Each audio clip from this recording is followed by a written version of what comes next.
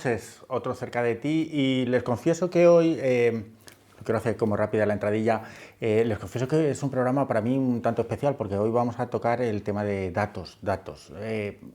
Nunca había tocado yo este tema en un programa y me genera mucha curiosidad. Para ello tenemos al gerente de Predase, José Manuel Hernández. ¿Lo he dicho bien? Muy bien. ¿Lo he dicho todo? Sí, muy bien. ¿Qué tal? Buenas noches. Muy bien, buenas, Javi. Predase es prevención, datos, seguros. Vale. De ahí el... Vale. Pero lo has dicho muy bien, muy vale. bien. Exacto, mi parte está hecha. Para que la gente lo recuerde y le vaya sonando. Prevención, datos seguros. ¿Y qué es? ¿Qué es una prevención de datos seguros? ¿De qué va tu empresa? Prevención de datos seguros para la gente, siempre nos encontramos, ya lo tengo, ya lo pago, ¿no? La gente se quiere, con todos mis respetos a los compañeros de seguros. Esto es el seguro del hogar, que lo pago todos los años y lo tengo, no. Esto requiere una serie de documentos, una implantación informática, de seguimiento, el ver toda la información que las empresas tienen, todo el tráfico, todo el flujo, que es lo que la ley nos llama, ¿no? El flujo de información, sobre todo con los clientes, con los propios trabajadores, y todo eso tenemos que documentarlo, estructurarlo bien y explicarle a la gente lo que hacemos. Sí que es cierto que en Predase nosotros a lo mejor somos muy metódicos, pero yo le digo a la gente que no sé hacer protección de datos online y sin ver la empresa y sin ver a nadie, ¿no? Hay gente que lo hace así, yo lo respeto, pero en Predase sí que somos muy presenciales y sí que lo que hacemos es intentar un poco inculcar esa cultura de la protección de los datos, para que luego, si quieres, comentaremos algún caso que nos pasa o que vemos a diario. Por desgracia, esto de las estafas, los ladrones siempre van por delante. Un matiz, os dedicáis a empresa, vosotros a empresas, claro. A empresa. Empresas autónomos, en este caso la ley te dice que los autónomos son una empresa más. Vale. Entonces, todo aquel que tenga tráfico y maneje datos tiene la obligación legal además es un requisito legal, y siempre les digo lo mismo, que es una lástima, pero también es sancionable. Ajá. Ahí estamos, ¿no? Sancionable, y entonces todo el mundo tiene que hacerlo. Lógicamente, empresas que trabajen con menores de edad, empresas que toquen datos de salud, ¿vale? Son siempre empresas un poquito más vulnerables y que necesitan un poquito más que... Claro, porque no estamos hablando de nuestros datos, sino de los datos que manejamos como, pues, por la actividad que tenemos, ¿no? Sí, de los nuestros propios, como empresarios, y todos los datos que manejamos de nuestros trabajadores. Al final tenemos DNIs, cuentas bancarias, fotocopias de ellos, sabemos dónde viven, qué hacen. Al final, casi muchas veces sabemos más de nuestros propios trabajadores que de amigos que tenemos de toda la vida. Y una pregunta anécdota, dejamos aparte lo que es la empresa. Una persona, un civil, una persona normal y corriente, que trabajador tal, ¿tiene datos que proteger también? ¿Podría tenerlos? Sus cuentas bancarias, por ejemplo, ahora está muy de moda. Estos mensajitos de texto que te digan: papá, se me ha roto el móvil, hazme una transferencia, pincha este enlace. No pinches el enlace. Además, ya en esta casa lo hemos dicho muchas veces en otras entrevistas: no pinchéis enlace, nadie os paga a través del móvil, correos, Hacienda, nadie te da dinero a través de un teléfono por pinchar un enlace, todo lo contrario, te lo van a quitar. Pero las personas normales, las personas físicas, como bien me dice Javi, también los tienen que hacer. Hace poquito le pasaba a la mujer de un buen cliente y le quitaron 12.000 euros de su cuenta. Esperaba un pago de verdad, le pusieron pago pendiente de transferencia, pinchar aquí.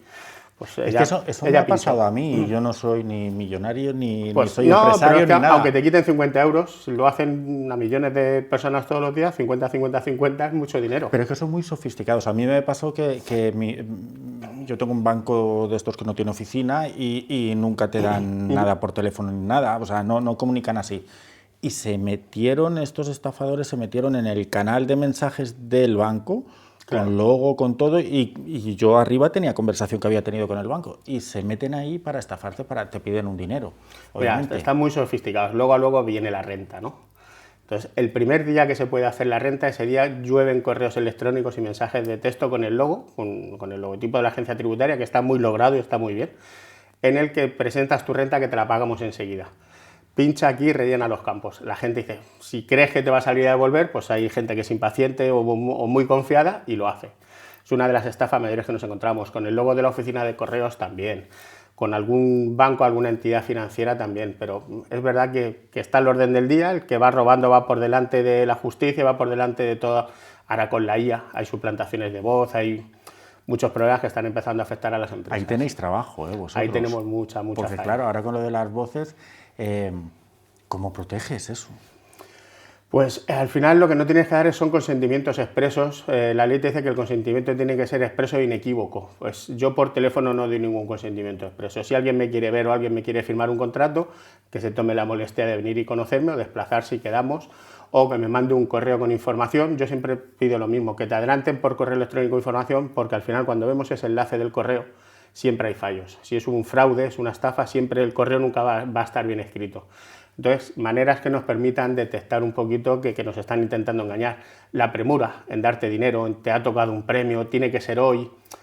Todo eso que te permite no pensar y no ponerte alerta, todo eso suelen ser estafas. Con esto desterráis un poco lo que había hasta ahora, que es casi que todo hacerlo por teléfono. O sea, es verdad que podías contratar muchas cosas por teléfono, sí, dando voz o poniendo aceptar o...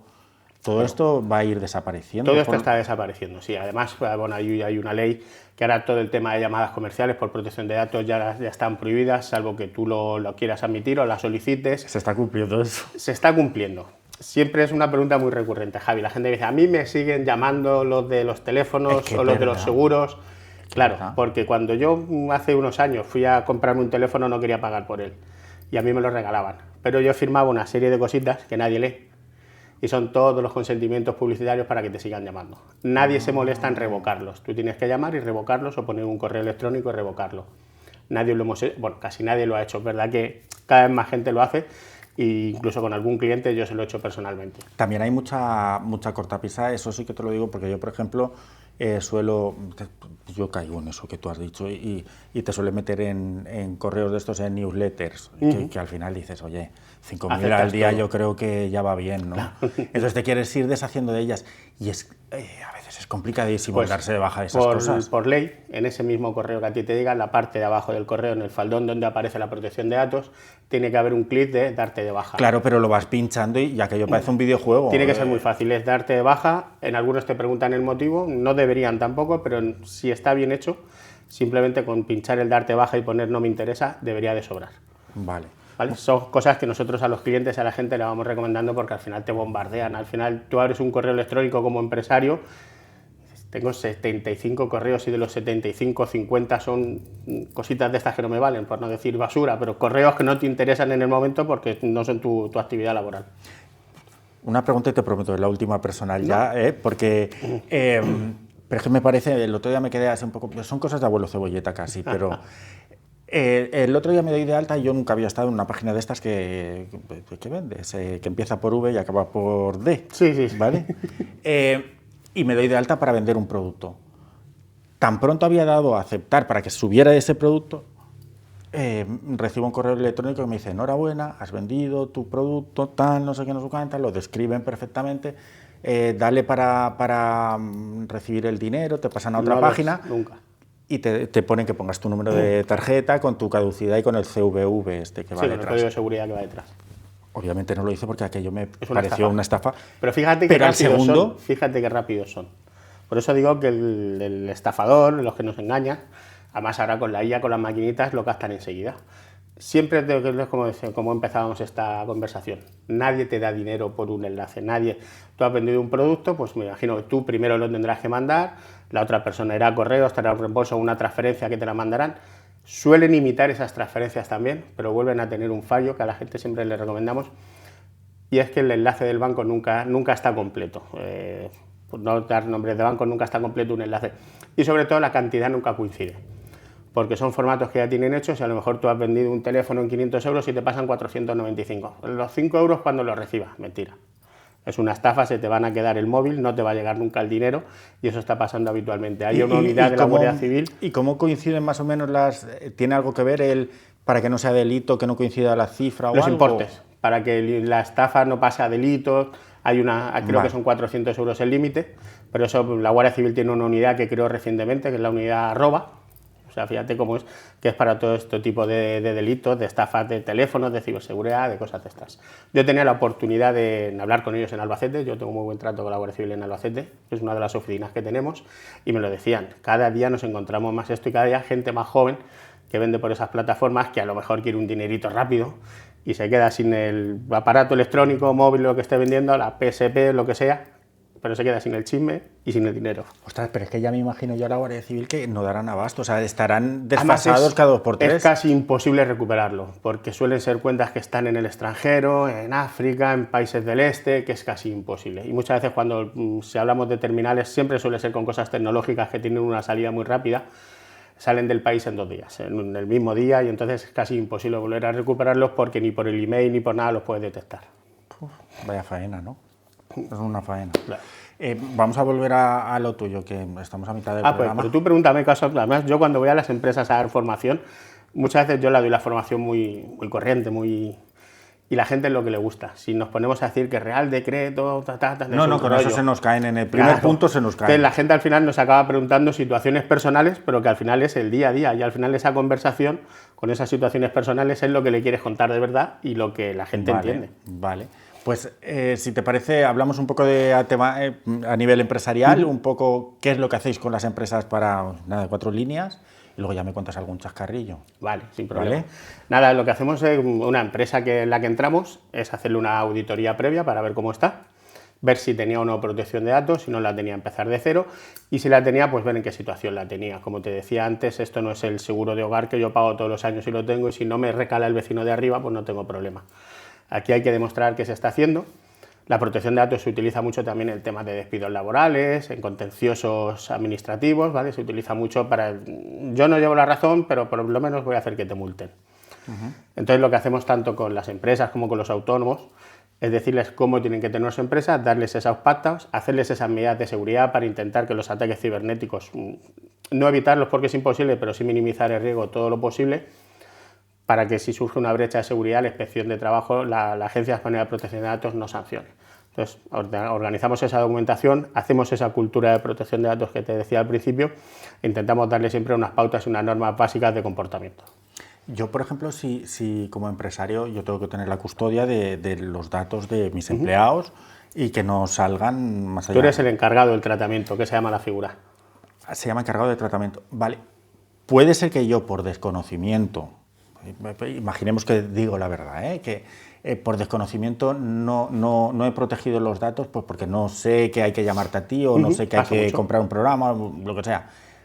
¿A mí me puede caer la del pulpo por aquello? Pues te puede caer la del pulpo. Una sanción que la agencia española diga que es muy grave, son 20 millones de euros, el máximo son 20 millones de euros de sanción, o el 4% de tu facturación de la empresa. Al final, si esto es como cuando te para la policía o la Guardia Civil, el desconocimiento de la ley no te exime de su cumplimiento. Pues te van a decir que lo sienten mucho, pero por desgracia los españoles muchas veces aprendemos así, ¿no? Yo siempre digo que con el palo y la zanahoria. Hay gente que dice que no la conocía la ley, es una ley. La ley orgánica salió en el año 99 y el Real Decreto en el 2016 y en España se implanta en el 2018. Ya lleva un recorrido la ley. Pero que cualquier empresario tiene que cumplir Tiene eso. la obligación de cumplir. Tiene la obligación. Sí. Todos. Vale, no sabía. Hay gente que dice, no tengo datos, tengo la cámara, si yo tengo la cámara, un datáfono y los correos de los clientes, pues ya tiene datos, ya les estás cogiendo la imagen, les estás cobrando con su tarjeta de crédito, ¿no?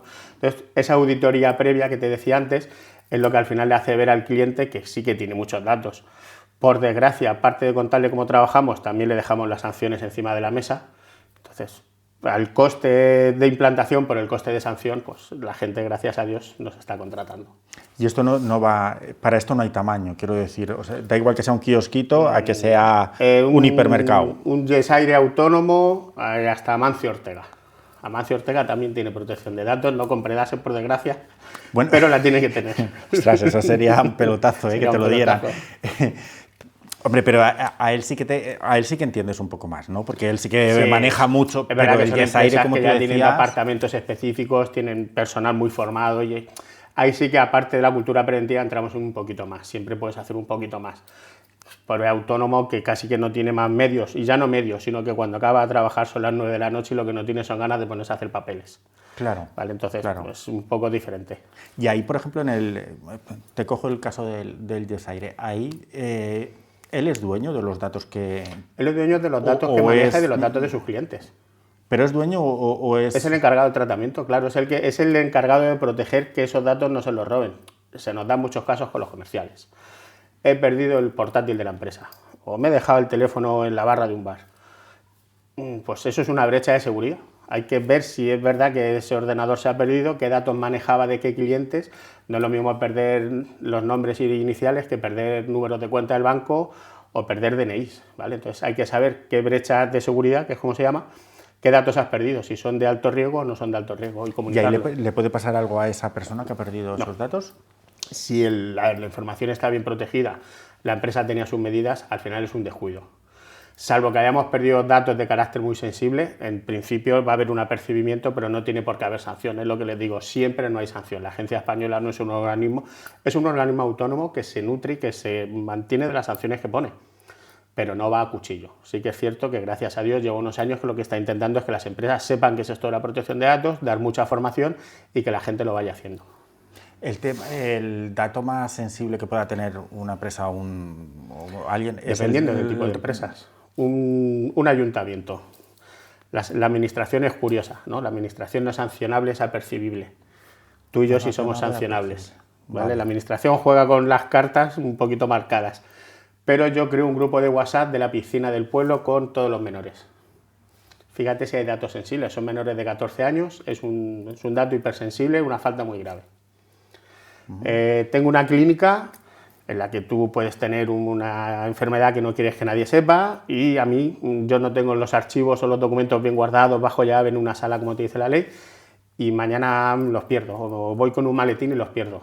Son datos muy sensibles, ahí te van a sancionar siempre. Eso era por lo que te lo preguntaba, porque me parece que la salud es de los datos más... Menores y salud, siempre, son los datos.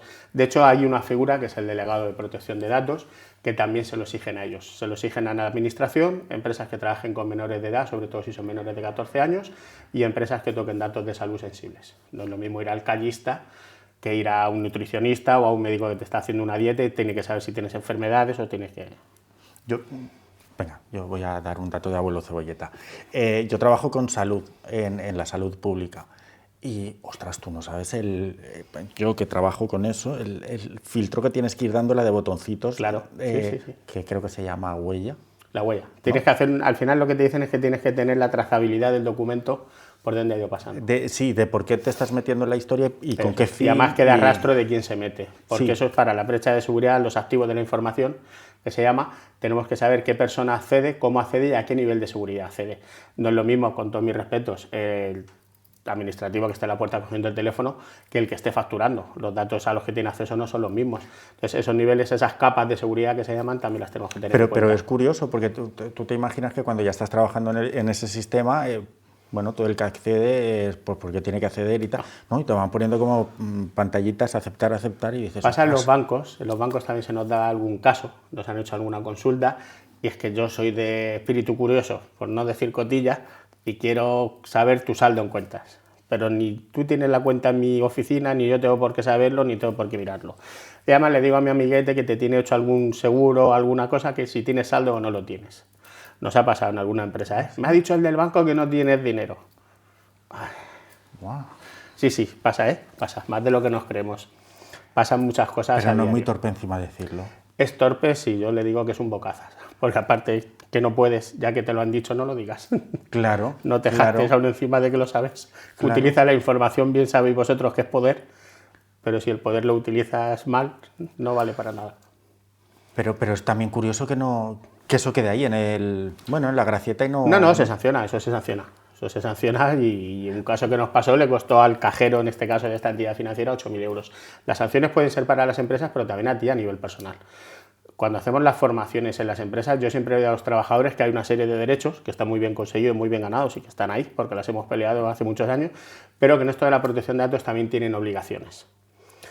Ellos no pueden sacar los datos de la empresa, los costes de la empresa, con qué proveedores trabaja la empresa, porque mañana me enfado y me voy a la competencia o porque me voy a montar una tele. Mañana me monto yo un Canal 9 La Marina y he sacado todos vuestros proveedores, todos vuestros clientes, costes de empresa y me los he llevado. Pues ahí también sancionarán, pero al propio trabajador, que es el que lo está haciendo mal. Ajá. Y, por ejemplo, si yo siento que tú como empresa has vulnerado mis derechos en cuanto a la información, la custodia y tal, ¿qué hago?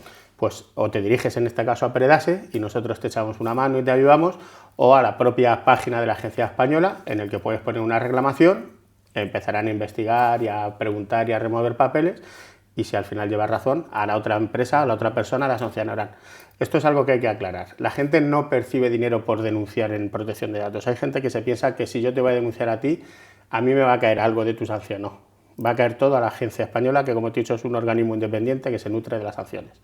Pero a mí por denunciante no me van a premiar con parte de esa sanción. Que hay gente cuando denuncia al jefe que se cree que es así. ¿Y qué sacas? ¿No? Pues, hablemos en castellano, ¿qué sacas tú si entonces? es verdad que te han vulnerado tus datos y tus derechos, Sí. ejercerlos y que te rectifiquen. Y, por ejemplo, que tus datos no puedan estar circulando por ahí. Por ejemplo, Vale, datos en el religiosos, caso que- datos étnicos, afiliaciones políticas. Hay muchas veces que en debates, en discusiones, esto se utiliza. No puede salir. O sea, tú no tienes el derecho a que nadie sepa a quién votas o si vas a misa o no vas a mí. Esto se utiliza. Pues al final es un poco resarcirte. Pero ya está. Y eso, por ejemplo, tú en este caso no eres, olvídate, no eres Predase ahora, eres Pepito García. Y yo te denuncio porque tú en tu empresa, pues eso, has ventilado mi idea política, religiosa, no sé qué, no sé cuánta, y me voy a Predase, le digo, oye, echarme una mano en denunciar este. Vale, me dan la razón porque se demuestra.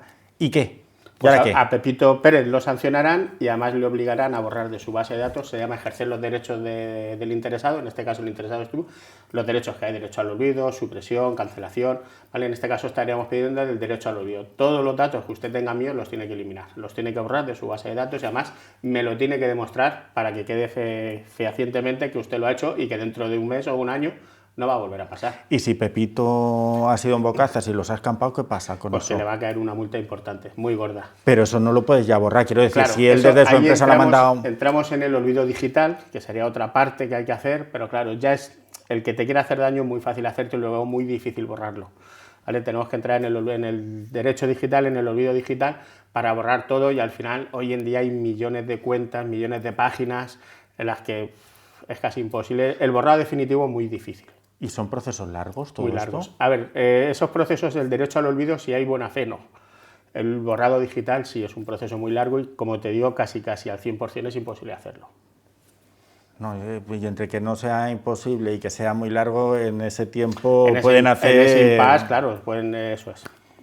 O sea que estamos... Siempre digo que hay que proteger los datos, que esto de dar teléfonos, imágenes, la gente tendemos a ser muy confiada y sí, nada, y todos somos amigos. Yo siempre digo que en este caso todos nos queremos mucho y todos nos llevamos muy bien hasta que dejamos de llevarnos. Entonces, no te digo que seas grosero y que seas mal educado, pero con tus datos, tú vas con la cartera abierta por la calle, con el dinero no. Claro. Y lo hacemos muchas veces. Yo te paso mi DNI, te paso mi número de cuenta, mi tarjeta de la Seguridad Social, lo que tú quieras, lo que te haga falta, Javi. Y Javi mañana se enfada conmigo y Javi dice, pues mirad lo que tengo yo aquí. Entonces yo siempre digo a la gente, igual que protegemos el teléfono, que no nos apetece que nos lo roben, pues vamos a cuidarnos nosotros mismos, a no dar nuestros datos, a airearlos por ahí. Somos muy dados a poner en redes sociales muchas cosas, información que los hackers valoran. Eso me mata. Claro. Eso me mata, eso sí que lo veo yo. Me he venido a Cuba de vacaciones con mi mejor amigo. Si ya estás con tu mejor amigo, los demás no nos importa. Pero no pongas para empezar que estás fuera de tu casa, que no hay nadie en tu oficina, porque al final el que quiere utilizar y el que aprovecha todo eso. Ay, voy despidiendo.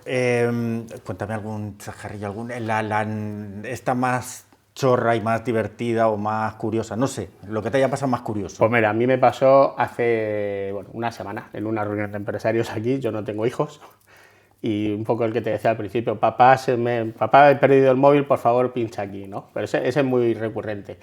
A una empresa de aquí de Benidorm, por fotocopiar el DNI de un cliente, le han caído 6.000 euros. ¿Cómo? 6.000 euros ¿Por fotocopiar el DNI en color. Los DNI no se pueden fotocopiar en color. Ah, ¿no? No se puede fotocopiar en Hostia, color yo porque no lo pues, sabía, ¿ves? Yo hubiera caído ahí... En la anterior entrevista que hicimos lo recomendé, lo hice, poner escopia, siempre en blanco y negro, ¿vale? Pero por eso, ¿ves? Decías que somos muy confiados.